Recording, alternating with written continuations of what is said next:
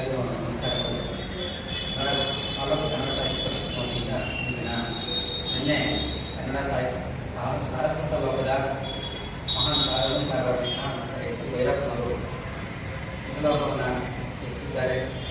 ಇದು ಕನ್ನಡ ಸಾಹಿತ್ಯ ಕ್ಷೇತ್ರಕ್ಕೆ ತುಂಬಲಾದಂಥ ದೊಡ್ಡ ಪ್ರಮಾಣದ ನಷ್ಟ ಆಗಿದ್ದು, ಅವರಿಗೆ ಅಪಾರ ಸಂಖ್ಯೆಯ ಓದುಗರು, ಕನ್ನಡ ಸಾಹಿತ್ಯ ಪ್ರೇಮಿಗಳು, ಸಾಹಿತಿಗಳು ಅವರ ಈ ಒಂದು ನಿಧನಕ್ಕೆ ಸಂತಾಪವನ್ನು ಸೂಚಿಸಿದ್ದಾರೆ. ಅದೇ ರೀತಿಯಾಗಿ ತಾಲೂಕು ಕನ್ನಡ ಸಾಹಿತ್ಯ ಪರಿಷತ್ತಿನ ವತಿಯಿಂದ ಇಂದು ಅವರಿಗೆ ಗೌರವ ನಮನಗಳನ್ನು, ಅಂತಿಮ ನಮನಗಳನ್ನು ಸಲ್ಲಿಸುವಂತಹ ಈ ಸಂದರ್ಭದಲ್ಲಿ ಹಾಜರಿರ್ತಕ್ಕಂಥ ಕನ್ನಡ ಸಾಹಿತ್ಯ ಪರಿಷತ್, ತಾಲೂಕು ಕನ್ನಡ ಸಾಹಿತ್ಯ ಪರಿಷತ್ತಿನ ಅಧ್ಯಕ್ಷರಾದಂತಹ ಶೇಖರ್ ಬಾಬು ಅವರು ಮತ್ತು ಪದಾಧಿಕಾರಿಗಳಾಗಿರ್ತಕ್ಕಂಥ ಗಣೇಶ್ ಅವರು, ರಾಮಕೃಷ್ಣ ಅವರು, ಇತರ ಎಲ್ಲ ಪದಾಧಿಕಾರಿಗಳು ಮತ್ತು ಸಾಹಿತ್ಯ ಪರಿಷತ್ತಿನ ಗೌರವ ಸದಸ್ಯರು ಈ ಸಂದರ್ಭದಲ್ಲಿ ಹಾಜರಿದ್ದಾರೆ. ಅವರೆಲ್ಲರಿಗೂ ಸ್ವಾಗತವನ್ನು ಬಯಸ್ತಾ ಭೈರಪ್ಪನವರ ಭಾವಚಿತ್ರಕ್ಕೆ ಪುಷ್ಪನಮನವನ್ನು ಸಲ್ಲಿಸುವ ಮುಖಾಂತರ ಅವರಿಗೆ ನಾವು ಗೌರವವನ್ನು ಸಲ್ಲಿಸಬೇಕಾಗಿ ನಮ್ಮಲ್ಲಿ ಎಲ್ಲರೂ ವಿನಂತಿಸುತ್ತೇವೆ.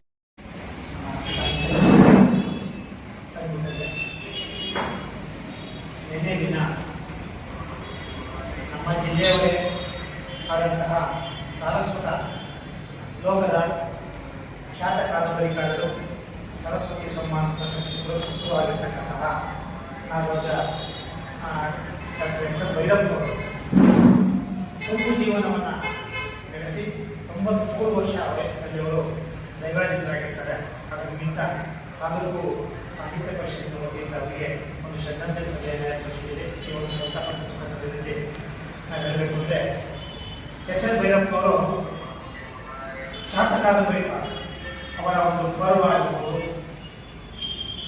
ಅದು ಬಹಳ ಹೆಸರನ್ನು ಮಾಡಿಕೊಂಡಿರ್ತಕ್ಕಂಥದ್ದು. ಅಂತಹ ಒಂದು ಖ್ಯಾತ ಕಾದಂಬರಿಕಾರರು ಇವತ್ತು ನಮ್ಮನ್ನು ಅಗಲಿದ್ದಾರೆ. ಈ ಒಂದು ಅವರ ಅಗಲಿಕೆಯ ನೋವು ಕನ್ನಡ ಸಾಹಿತ್ಯ ಪರಿಷತ್ತಿಗೆ ತುಂಬಲಾಗಿರ್ತಕ್ಕಂತಹ ನಷ್ಟವನ್ನುಂಟು ಮಾಡಿದೆ ಸಾಹಿತ್ಯ ಲೋಕಕ್ಕೆ. ಹಾಗಾಗಿ ಈ ಒಂದು ಭೈರಪ್ಪನವರು ನಮ್ಮ ಜಿಲ್ಲೆಯಲ್ಲಿ ನಡೆದಂತಹ ಹೊಯ್ಸಳ ಸಾಹಿತ್ಯೋತ್ಸವದಲ್ಲಿ 2023 ನಡೆದಂತಹ ಹೊಯ್ಸಳ ಸಾಹಿತ್ಯೋತ್ಸವದಲ್ಲಿ ನಮ್ಮೊಟ್ಟಿಗೆ 2 ದಿವಸಗಳ ಕಾಲ ಇದ್ದು ಅವರು ಆ ಒಂದು ಸಮ್ಮೇಳನವನ್ನು ಉದ್ಘಾಟನೆ ಮಾಡಿ ನಮ್ಮೊಟ್ಟಿಗೆ 2 ದಿವಸ ಇದ್ದರು. ನಿಜಕ್ಕೂ ಅಂತಹ ಒಂದು ಮೇರು ಖ್ಯಾತ ಕಾದಂಬರಿಕಾರ ಬರಹಗಾರರನ್ನ ನಾವು ಕಳ್ಕೊಂಡಿದ್ವಿ. ಹಾಗಾಗಿ ನಮ್ಮೆಲ್ಲರ ಪರವಾಗಿ ನಮ್ಮ ಕನ್ನಡ ಸಾಹಿತ್ಯ ಪರಿಷತ್ತಿನ ಎಲ್ಲ ಸದಸ್ಯರು, ಕನ್ನಡ ನಾಡಿನ ಪ್ರತಿಯೊಬ್ಬ ಪದಾಧಿಕಾರಿಗಳು ಉಪಸ್ಥಿತರಿದ್ದೇವೆ. ಎಲ್ಲರ ಪರವಾಗಿ ಅವರು ನಾವು ನಮ್ಮ ತಾಲೂಕು ಸಾಹಿತ್ಯ ಪರಿಷತ್ತಿನ ವತಿಯಿಂದ ಒಂದು ಸಂತಾಪವನ್ನು ನಾವು ಅರ್ಪಿಸ್ತೇವೆ.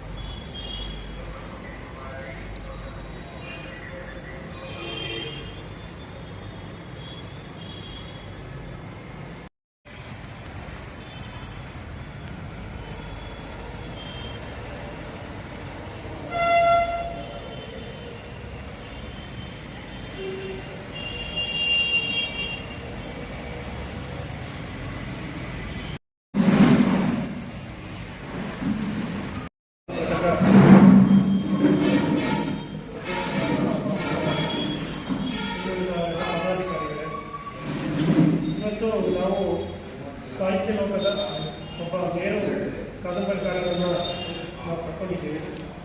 ಅವರು ಯಾವುದೇ ಕಾದಂಬರಿಯನ್ನು ಬರೆಯಬೇಕಾದ್ರೆ ಭಾಳ ಶಿಸ್ತುಬದ್ಧವಾಗಿ, ಭಾಳ ಅಚ್ಚುಕಟ್ಟಾಗಿ, ಭಾಳ ಅವರ ಕೃತಿಗಳನ್ನು ರಚಿಸ್ತಾ ಇದ್ದರು. ಮತ್ತು ಅವರ ಸಾಹಿತ್ಯ ಕೂಡ ಅತ್ಯಂತ ಸರಳ, ಸುಂದರವಾಗಿ ಓದುಗರ ಮನಮುಟ್ಟುವಂತೆ ಅವರು ಬರೀತಾ ಇದ್ದರು.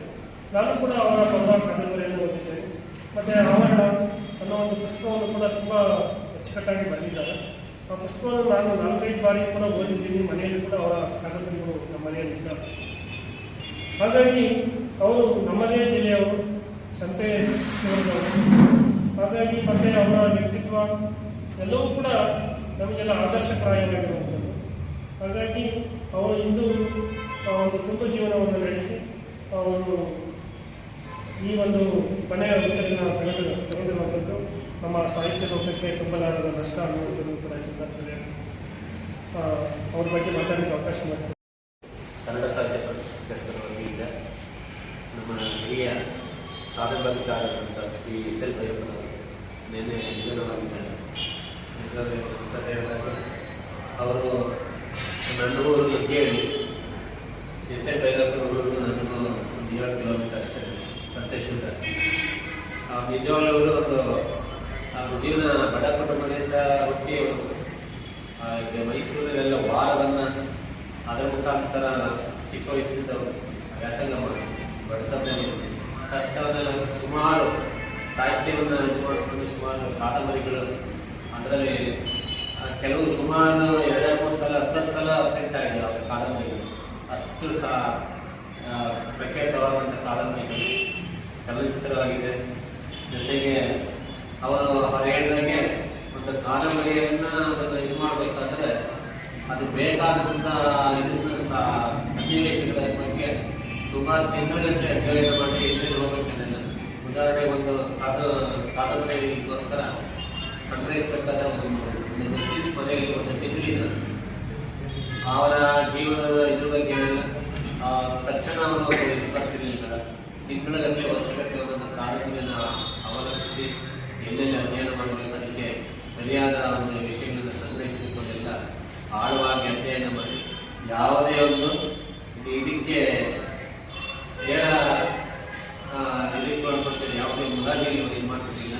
ಇದನ್ನು ಇದ್ದಿದ್ದಾಗೆ ಬರೆಯುವಂಥದ್ದು ಮತ್ತು ಇದ್ದಂಗೆ ನಿಷ್ಠುರವಾಗಿ ಅಂತ ಎಸ್ ಎಲ್ ಭೈರಪ್ಪನವರು ಅವರು ಈ ಸುಮಾರು 94 ವರ್ಷಗಳು ನಮ್ಮ ಜೀವನವನ್ನು ಮಾಡಿದ ಸುಮಾರು 1000 ಕಾರ್ಯಕ್ರಮ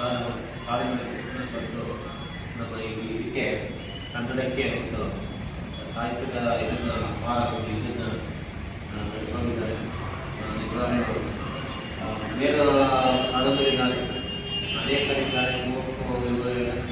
ಹೆಚ್ಚಿನ ಹೆಸರಾಂತ ಕಾದಂಬರಿಕಾರರೆಲ್ಲ ಹೆಚ್ಚಾಗಿ ಮೈಸೂರಲ್ಲಿ ಅಧ್ಯಯನ ಮಾಡಬೇಕು. ಇವರು ಮೈಸೂರಲ್ಲೇ ಇದ್ದಾರೆ. ಈಗ ಅವರ ಬೆಂಗಳೂರಲ್ಲಿ ಇದ್ದರೂ ಸಹ ಈಗ ನಾಳೆ ಅವರ ಅಂತಿಮ ಕಾರ್ಯಕ್ರಮವನ್ನು ಮೈಸೂರು ಚಾಮುಂಡಿ ಬೆಟ್ಟ ತಪ್ಪಲಿನಲ್ಲಿ ಅವರ ಅಂತಿಮ ಕಾರ್ಯಕ್ರಮ ಕಳ್ಕೊಂಡಿದ್ದೀವಿ. ಅವರಿಗೆ ದೇವರು